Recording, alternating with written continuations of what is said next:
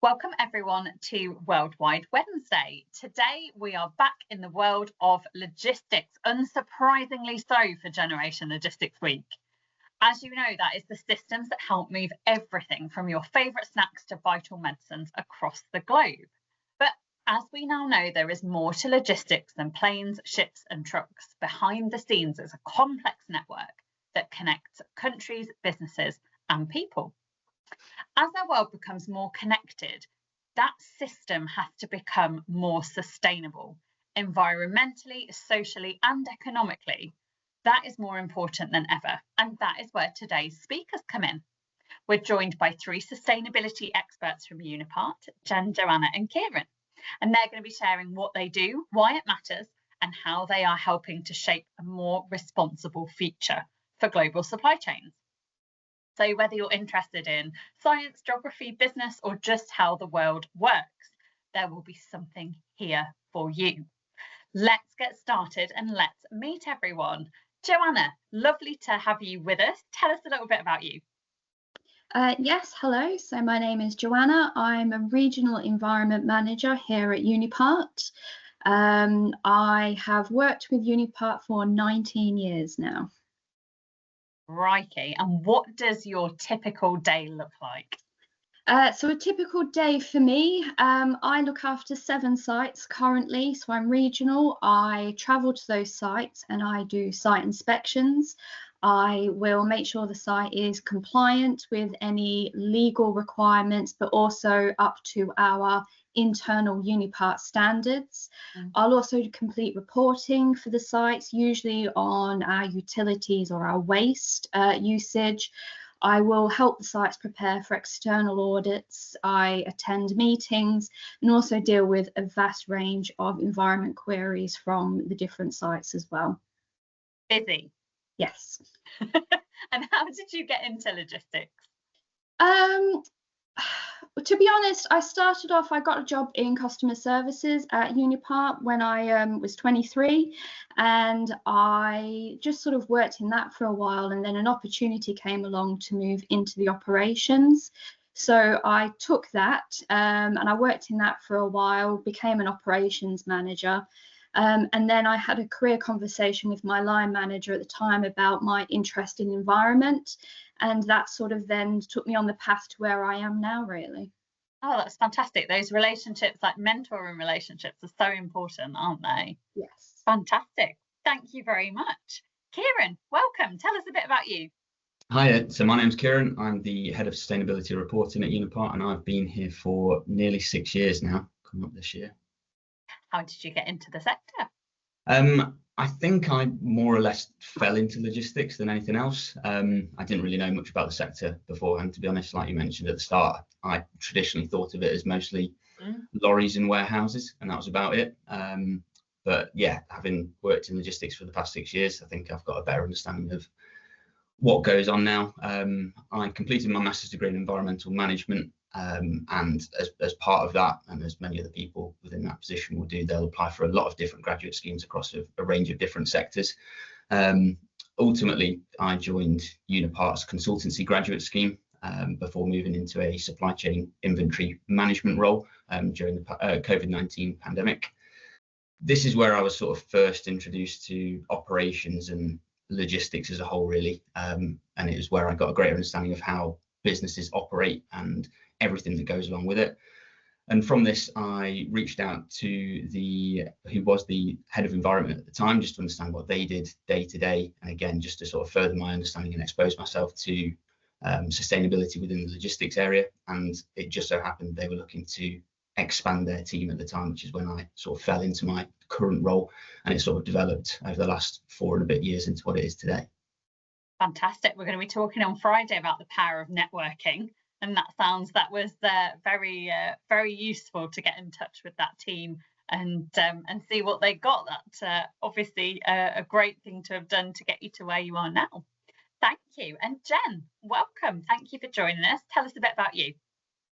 Yeah, thank you. So yeah, I'm Jen. I'm the sustainability director here at Unipart. So I'm responsible for the environmental, the social, and the sort of the economic considerations for the business, and how best to support our customers and stakeholders regarding these areas. So for me, that means setting the strategy for the business with guidance from our and approval sort of from our main board, agreeing the standards and the values really that Unipart wants to operate by as an organisation. So that ranges from, as a minimum, being legally compliant, ensuring that our operations are safe and that we minimise their impact on people and planet. But mainly the focus is on how we can make positive change and add value. That's so important, and I think that's that's something that we've talked about already a lot this week, and I'm sure we'll get into now, about that positive change. If you think about logistics at its fundamental level, everyone is moving stuff, and so the differentiator is how well you can do that. But one of the big parts of doing it well is making sure that we're doing it sustainably. Some questions for you, if I may. Joanna, I'm going to start with you. You have been in the sector for, I think it's fair to say, a long time, which is wonderful. Hopefully young people will follow in your footsteps and also be with us for a very long time, and lots of different roles as well, which I think goes to show how you can move around the sector, which is often quite tempting. What changes have you seen in how sustainability is integrated into the business, and what do you think's next? So I think when I first started, sustainability was very minimal. It was almost a nice to have. I think it was quite basic. And then over the years, that has obviously increased and become much more important. While now I think it's much more of a requirement for companies to have, for a number of reasons. One being the law. So there's a lot more legal requirements. We have to report on our carbon, for example, but as well, there's much more awareness from customers and the clients. They want to know where things are coming from, how they're getting there. And there's the consumer demand as well. So consumers very much want to know that what they're purchasing is environmentally friendly or has been done in the right way.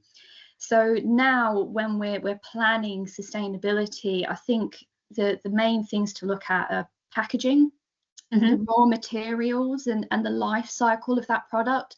How do we get it from being made to us in the supply chain, out to the customer, and then possibly also actually going back to us if it's a return, and things like carbon emissions. I think that's what is being looked at now. In the future, where do I see that planning going? I think more around due diligence. I think companies will have to provide more evidence and more data and science behind what they're doing to sort of stop what we call greenwashing, where companies use these wonderful fancy terms, but actually they're not really doing the do behind the scenes. So yes, that's where I think the planning is going to go sort of in the future. That's really interesting. I'm thinking of an example that our students might be familiar with in terms of that sort of fast fashion production, where you might have seen the documentaries about labour in other countries not being as you would hope as a consumer. Very similar to what you're talking about there in terms of how far back through the supply chain can you go to make sure that the materials that you're using are sustainable and being every stage is developed in a sustainable way.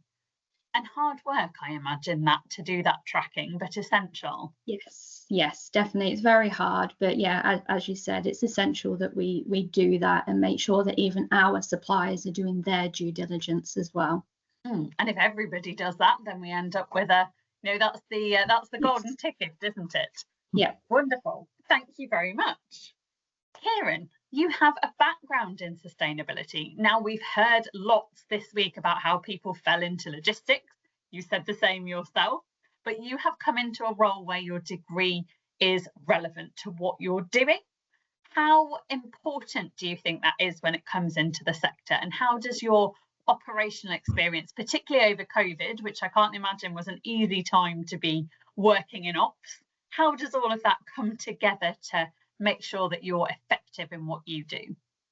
Yeah, so in terms of my degree and how sort of crucial it is to my current role, I wouldn't necessarily say it's crucial, but I think it certainly helped me to have a sort of solid understanding of environmental management in particular, and how some of the principles that sort of underpin that are implemented within an organisation. It certainly helped me with the data side of things that I deal with on a day-to-day basis as well. A lot of numbers and a lot of calculations, and knowing where to look for certain things has certainly helped in that regard. I think actually the most important thing is having an interest in and a passion for sustainability that stemmed from my degree, and it's something that I'm sort of very lucky to be able to do day to day as well. And that's certainly helped me to want to continuously improve the business from an environmental perspective, and it's allowed me to really engage with the pieces of work and the projects that we're involved in as well. Speaking about how my operational experience might have enhanced my effectiveness in this role, I think that it's something that's definitely helped me a lot. It allowed me to understand how the business functions across all levels of the organisation, from the shop floor right up to the top level, and as well some of the challenges that are potentially faced across those different levels within the organisation. And that has certainly helped me to, I guess, give context to some of the data that I'm analysing and some of the problems that we're facing today. And looking at the environmental performance that we see, it's allowed me to give context and some understanding to that. And it also allows me to understand what is possible and what's potentially feasible in terms of the projects and initiatives that we're looking to implement going forward as well. Fantastic, thank you. And when it comes to a sort of a day in your life, what sort of data are you looking at? Yeah, so although most of my days revolve around numbers and data, although no 2 days are necessarily the same. So one day I might be solving problems that have come across my desk ad hoc that other teams have found, and other days I might be spending quite a bit of time going through carbon emissions data, understanding the impact of potential future projects on the sort of carbon trajectory of the business. And then I might also be spending quite a lot of time producing reports for our monthly environmental performance, so looking at waste data, looking at electricity, gas consumption data, different trends across all of our facilities, across all of our global sites actually, and then looking at our water consumption data alongside the carbon emissions as well. It's that keeping that BDI on it that really makes those changes, doesn't it? Exactly. Often, if I've understood correctly, it's not necessarily one big change. It's lots of little changes that then sort of really create that shift. Exactly that. So plenty of room for people to come in and to be part of that change. Thinking about those people, Jen, I'm going to come to you if I can. We talked when we were doing our call, getting ready for today's session, that you are a person who likes to see how things work. We were talking about programs like how it's made and inside the factory. Curiosity, one of the key characteristics of a logistician. What other qualities do you think are needed for your team to sort of follow in your collective footsteps? Yeah, so definitely curiosity, being interested in how things work is definitely important. I was thinking about it the other day, chatting to a customer about it. It's essentially just sort of lifting the bonnet under so many different industries to figure out, how stuff that we consume and, experience every day as consumers happens in the background when really you just generally don't think about these things. So curiosity, definitely. I would say, and it links to what Kieran's been talking about, is attention to detail. So as Kieran said, huge amounts of data and reporting are involved in this part of logistics, but also it's that detail in the sense of continually spotting issues or opportunities for improvement. It's so easy to be blinded by what you always see day in, day out. So the people in sort of my team, Jo's a great example, where she's at our sites day in, day out. It's really important to her that she spots the issues as quickly as possible. So I'd say that attention to detail is an important factor. I'd say probably the last one would be sort of a passion and commitment to doing the right thing, as cheesy as that might sound. Not at all. As a sort of a general rule of thumb, people don't like change because staying the same is easier.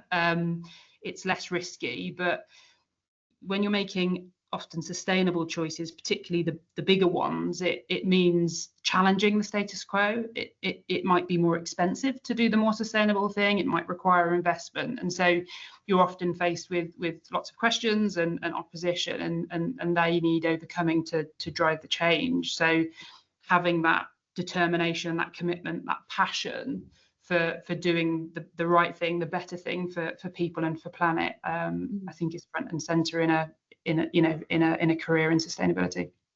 Definitely helps keep you out, get you out of bed on a Monday morning. Indeed. Yes, absolutely.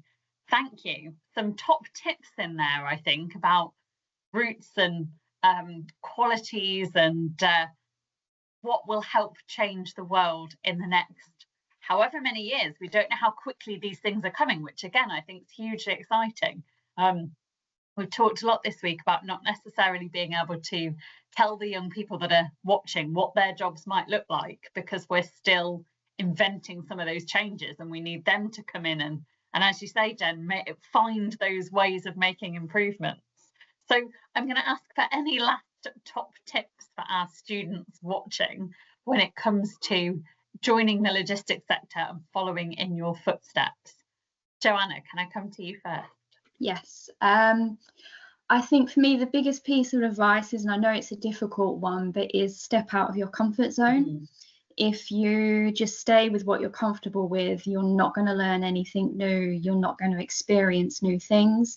So yeah, step out of your comfort zone and learn things, and people will actually give you the time and the opportunity to improve yourself as well. So yeah, that would be what I'd suggest. Brilliant, thank you. Kieran? Yeah, so mine is just to try and expose yourself to as many different areas of the business as possible, whether that be through work experience or simply just talking to people. I think there are a lot of areas that people won't realise actually contribute to a logistics organisation, and I'm a prime example of that. I was very naive before joining Unipart. I didn't know how things worked or how things operated, but now I've got a better understanding of it just by speaking to people and getting involved in as many different things as possible, really. And I don't think it matters what your interests are or your educational background or qualifications are. I think there's probably something that's likely to align with them in some way within a logistics organisation. So yeah, go find it. I love that, thank you. And Jen? So I would say that if you get bored easily, then go into a career in logistics, because no 2 days are the same. There's always a new problem or challenge. And particularly with a company like Unipart, we work with some of the world's biggest brands, and we're doing our job well when you don't hear about issues in the news with those particular brands in delivering their service, and that's exciting, and that's really interesting. So yeah, I would say if you're someone that gets bored easily, go into logistics, because every day is different and there's always something new and exciting to get stuck into. And it's quite exciting if something goes wrong and you get to fix it. You cape on, yeah. But that is quite true. I love that. If you are someone that gets bored, go into logistics. Absolutely brilliant. Thank you. We are hoping that today's session has given you a better understanding of how sustainability and logistics come together to shape the world around us, from products we use every day to the global challenges that we face. Our speakers, I think you'll agree, have shown that careers in this field can make a real difference, and there's space for curious, creative minds from all kinds of backgrounds.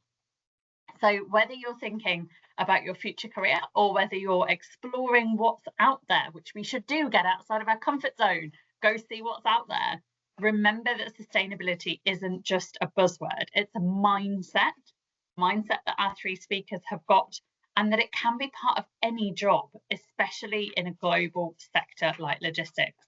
So thank you all for joining us, both students and our speakers, and I'll look forward to seeing you again tomorrow.